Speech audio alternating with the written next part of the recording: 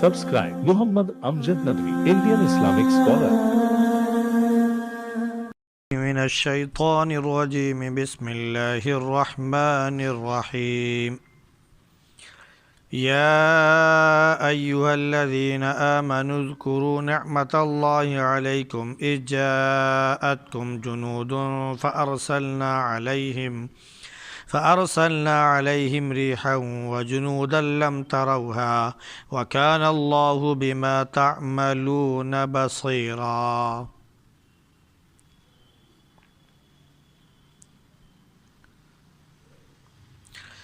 یا ایھا الذین آمنوا اذکروا نعمت اللہ علیکم، اے ایمان والو یاد کرو اللہ کی اس نعمت کو جو تم پر اس نے کی اس وقت جب تم پر فوجیں چڑھ آئیں تو ہم نے ان پر ایک تیز ہوا بھیجی اور ایسے فوج اور لشکر بھیجے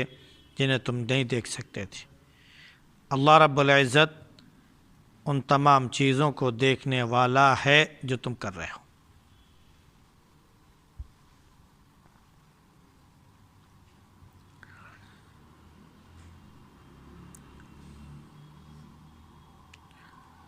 گزشتہ آیت میں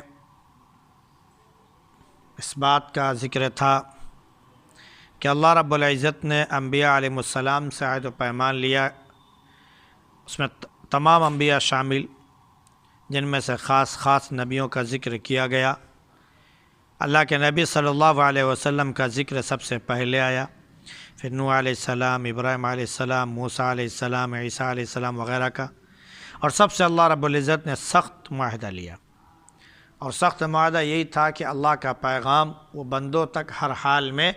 پہنچائیں گے۔ لہذا انبیاء علیہ السلام نے من عن جیسے اللہ کا حکم اور اس کا پیغام آیا ویسے ہی اس کے بندوں تک پہنچا دیا، اور اللہ رب العزت ان انبیاء علیہ السلام سے آخرت میں ان کی سچائی کے بارے میں پوچھے گا تاکہ ان کی سچائی بھی سامنے آ جائے اور کافروں کے جو تہمت اور الزام ہو وہ بھی سامنے آ جائے۔ پھر کافروں کے انکار کی وجہ سے اللہ نے دردناک عذاب تیار کر رکھا، اس سے اللہ ہم سب کو حفاظت فرمائے۔ اب یہ دوسرا رکوع سورہ احزاب کا شروع ہوا اور صرف ایک آیت کی تلاوت ہوئی، اور یہ تقریباً پورا رکوع کہہ لیجئے یہ جنگ خندق کے بارے میں مذکور ہے۔ اس سورہ کا نام احزاب اسی لیے پڑا تھا کہ بہت سی جماعتیں مل کر یکجٹ ہو کر نبی کریم صلی اللہ علیہ وسلم پر اور صحابہ کرام پر مدینہ میں حملہ آور ہوئی، جن کی تعداد تقریباً 20 تک پہنچتی ہے۔ تو ساری جماعتیں جب مل کر آئی تھیں اسی وجہ سے اس کا نام احزاب رکھا گیا۔ تو یہ جو جنگ مدینہ میں ہوئی تو ایک تو یہ کہ اللہ کے نبی صلی اللہ علیہ وسلم نے حضرت سلمان فارسی رضی اللہ عنہ کے مشورے سے خندق کھدوائی تھی حفاظت کے لیے، تو یہ جنگ خندق کہلائی۔ اور دوسرے یہ کہ نبی کریم صلی اللہ علیہ وسلم پر یہ سب فوجیں حملہ آور ہوئی تھیں، اور اس میں 20 جماعتیں موجود تھیں، 20 قبیلے کے لوگ موجود تھے حملہ کرنے میں، اور بڑی بڑی جماعتیں تھیں جن کی تعداد فوج کی تقریباً 12,000 تک پہنچتی ہے۔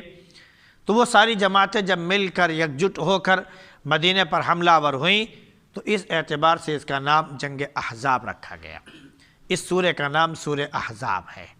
یعنی فوجوں والی سورہ۔ اللہ رب العزت نے اس آیت کا آغاز یا کہہ لیجئے کہ مدینہ کے واقعہ کی شروعات اس طرح کی کہ مسلمانوں سے کہا کہ اللہ کی نعمت کو یاد کرو جو اس نے تم پر کی، اور اس وقت کی جب تم پر فوجیں چڑھ آئی تھی، اور ایسے وقت پر جب انعام ہو اور کسی کی حفاظت کر دی جائے تو یقیناً وہ اس نعمت کو مانتا ہے، اس احسان کو وہ مانتا ہے۔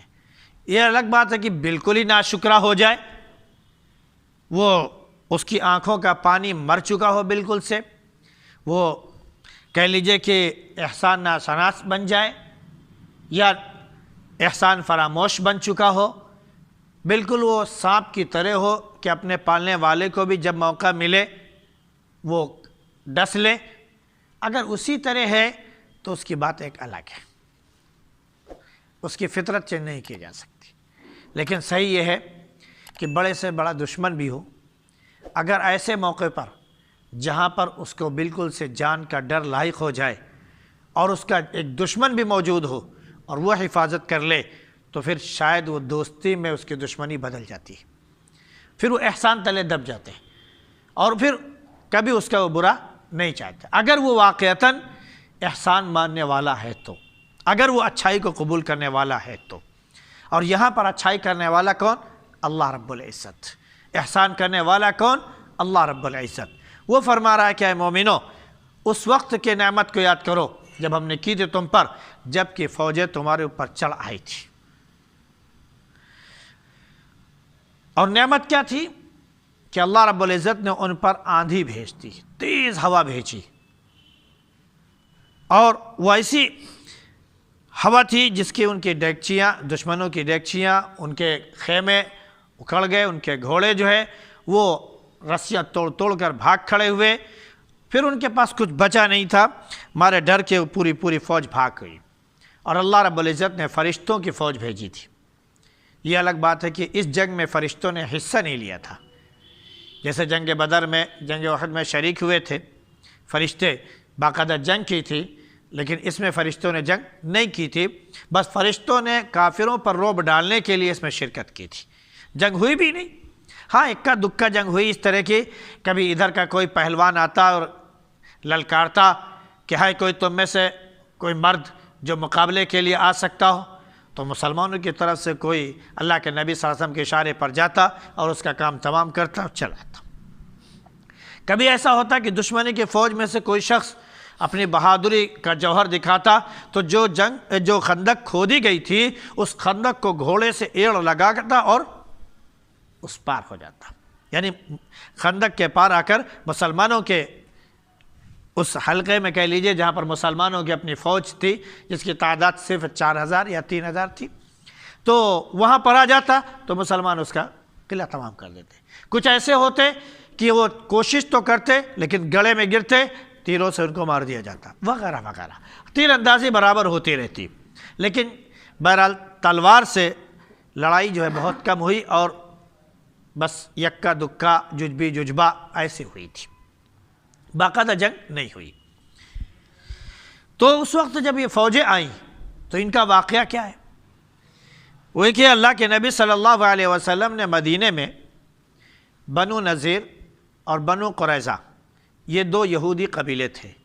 ان سے معاہدہ کیا تھا کہ آپ لوگ ہمارے ساتھ رہیے اور ہم آپ کا ساتھ دیں گے، باہر سے کوئی بھی دشمن ہمارے اوپر آئے تو ہم دونوں مل کر اس کا مقابلہ کریں گے۔ لیکن بنو نذیر نے بدعہدی کی، اللہ کے نبی صلی اللہ علیہ وسلم کے خلاف جو کہہ لیجئے جو وعدہ تھا اس وعدے کے خلاف کیا، اللہ کے نبی صلی اللہ علیہ وسلم سے جو عہد کیا گیا تھا، جو وعدہ تھا ان کا آپس میں، اس کے خلاف انہوں نے کیا بولتے ہیں کہ اس کے خلاف انہوں نے قدم بڑھا دیا، تو اللہ کے نبی صلی اللہ علیہ وسلم نے بنو نذیر کو مدینے سے نکال دیا۔ اب مدینے سے دور جا کر وہ بس گئے اور وہاں پر وہ رہتے تھے اور تمام عرب قبائل سے وہ ملاقات کرتے تھے، ایک ایک کر کے قریش کے پاس گئے، قبیلہ غطفان کے پاس گئے، قبیلہ فرازان کے پاس گئے، وغیرہ وغیرہ، تمام قبیلوں کے پاس وہ اسی طرح گھومتے ہوئے گئے۔ تو قبیلہ فزارہ وغیرہ جو موجود تھے، یہ سب جب انہوں نے سنا کہ قریش کے لوگ بھی اس میں شریک ہو رہے ہیں تو وہ لوگ بھی شریک ہو گئے۔ اور دوسری طرف ایک قبیلہ جو یہودیوں کا تھا، وہ بالکل مشرقی جانب مدینے سے تھوڑی دور پر آباد تھا، اس نے جب دیکھا کہ سارے لوگ ہو گئے ہیں تو ان سے جو معاہدہ تھا انہوں نے بھی توڑ دیا، یہ بھی انہوں کے ساتھ شامل ہو گئے۔ جب یہ بھی ان کے ساتھ شامل ہو گئے تو اب ساری جماعتیں ایک ہو گئی، اب مسلمان صرف تنہا بچے، مسلمان صرف تنہا بچے، اور ایک طرف 12,000، ایک طرف صرف 4,000۔ تو اللہ رب العزت نے اس نعمت کو یاد دلایا ہے کہ یاد کرو جب کہ فوجیں تمہارے اوپر چڑھ آئیں تو ہم نے ان پر تند تیز ہوا بھیجی. ریح اصل میں کہتے ہیں آندھی کو، یہ پوروا ہوا تھی، پورویہ جس کو ہم لوگ کہتے ہیں جو پورب سے چلتی ہے. اسی طرح ایک ہوا ہوتی ہے جو پچھم سے چلتی ہے، اس کو ہم لوگ پچھیاں بولتے ہیں، تو پچھمی ہوا تھی. اللہ کے نبی صلی اللہ علیہ وسلم نے ایک موقع پر ارشاد فرمایا کہ قوم عاد کو اللہ رب العزت نے پچھمی ہوا سے ہلاک کیا، اور ہماری مدد اللہ رب العزت نے پوروا ہوا سے کی، پورویہ ہوا اس سے کی.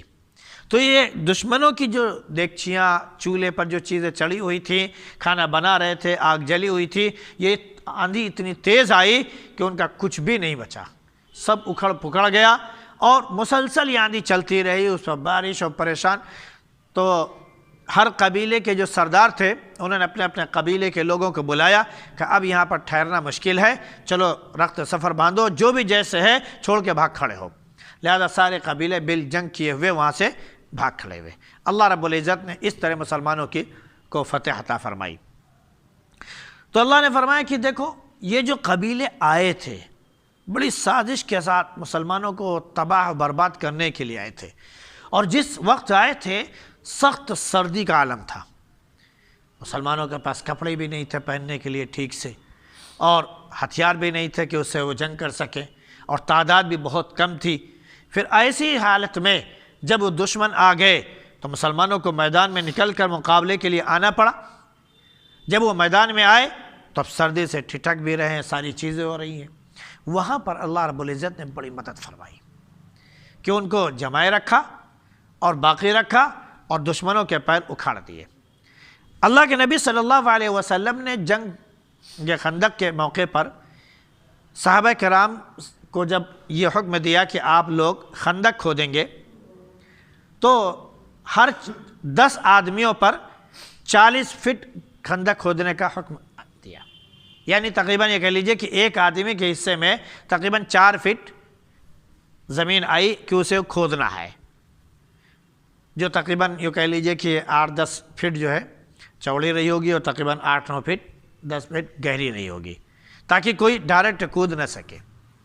تو اتنا گہرا ہو تو بہرحال اتنی جلدی کوئی ہمت نہیں کر سکتا ہے، کیونکہ اگر اتنا معلوم ہے کہ اگر 2-4 فٹ ہے تو ہر آدمی کودے گا اور پار ہو جائے گا، لیکن اگر قد سے زیادہ ہو جائے تو اس کو معلوم ہے کہ وہاں جانے کے بعد نکلنا پھر مشکل ہے وغیرہ وغیرہ. تو اس طرح جو ہے اللہ کے نبی صلی اللہ علیہ وسلم نے ایک آدمی کے حصے میں رکھا 4 فٹ کا، تو ہر 10 آدمی پر 40 فٹ اللہ کے نبی، یا 40 گز شرعی اللہ کے نبی صلی اللہ علیہ وسلم نے ان کے اوپر رکھا ہے. اب سب نے کھودنا شروع کیا. ایک جماعت جس میں حضرت سلمان فارسی رضی اللہ عنہ تھے، وہ بھی اپنے حصے کے خندق کھود رہے تھے، تو وہاں پر سخت ترین پتھر آ گیا. یہاں پر ہم آپ سے ذرا عرض کریں گے، دیکھیے صحابہ رضی اللہ تعالیٰ علیہ اجمعین ان کی ثبات قدمی دیکھیے، اور نبی کریم صلی اللہ علیہ وسلم کی بات پر اور آپ کے حکم پر ان کی اطاعت دیکھیے کہ سامنے پتھر آ گیا.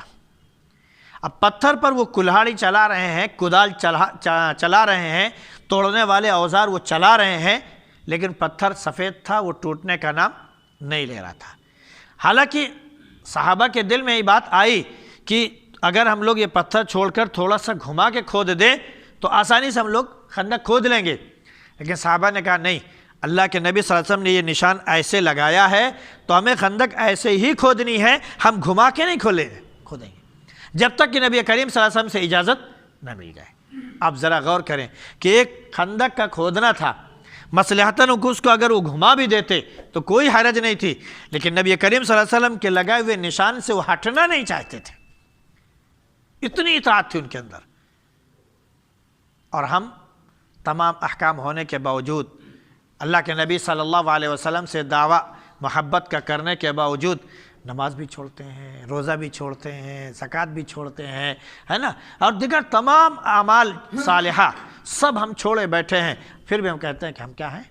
مسلمان ہیں. صحابہ کا کیا حال تھا